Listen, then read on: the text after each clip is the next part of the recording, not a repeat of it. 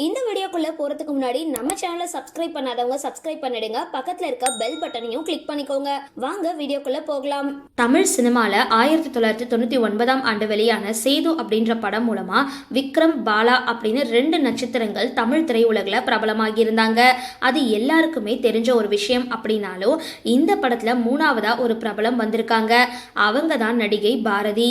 தமிழ் சினிமால முன்னணி இயக்குனரா வெற்றி மற்றும் வித்தியாசமான படங்களை கொடுத்து வர பாலா இயக்கத்தில் முதல் திரைப்படம் சேது.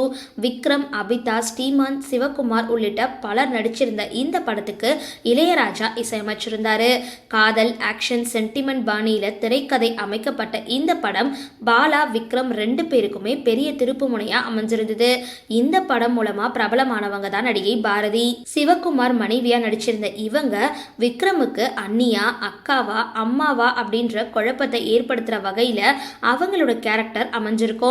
சேது படத்தை பற்றியும் அதில் நடிக்க வாய்ப்பு கிடைச்சிருந்ததை பற்றியும் பிரபல யூடியூப் சேனலுக்கு பேசியிருக்க நடிகை பாரதி, சீரியலில் நடிச்சிட்டு இருக்கும் பொழுது தான் சேது பட வாய்ப்புகள் கிடைச்சிருந்தது. நான் நடித்த சீரியலில் 2 எபிசோடுகளை இயக்குனர் விக்ரம் நான் நடிச்சிட்டு வர சேது பற்றி சொல்லி அதில் அன்னி கதாபாத்திரத்தை ஃபிக்ஸ் ஆகலை அப்படின்னு நான் பாலா கிட்ட பேசுகிறேன் அப்படின்னு சொல்லியிருந்தாரு. அவர் பாலா கிட்ட பேசினதும் நடிகர் சிவகுமாருக்கு எனக்காக அவர்கிட்ட பேசினாரு. அதுக்கப்புறம் பாலா என் வீட்டுக்கு வந்தாரு. படங்களை நடிக்க வீட்டில் ஒத்துக்க மாட்டாங்க அப்படின்னு சொல்லும் பொழுது என் கணவர் தான் வீடு தேடி வந்தவங்களை உதாசனப்படுத்தக்கூடாது, நீ போய் நடி அப்படின்னு சொன்னாரு. அதுக்கப்புறம் அவுட்டோர் ஷூட் போகும்பொழுது சிவகுமாரோட மனைவி எனக்காக எங்க வீட்டில் பேசி அனுமதி வாங்கி கொடுத்தாங்க.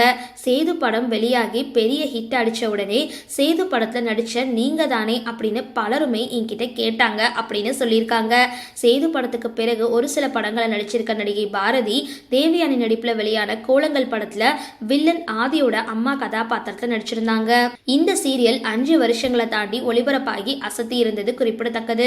சரி, இந்த வீடியோ பத்தின உங்களோட கருத்துக்களை கீழே கமெண்ட் பாக்ஸ்ல போஸ்ட் பண்ணுங்க. வீடியோ பிடிச்சிருந்தா லைக் பண்ணுங்க, ஷேர் பண்ணுங்க, மறக்காம டிபி காபி சேனலை சப்ஸ்கிரைப் பண்ணுங்க.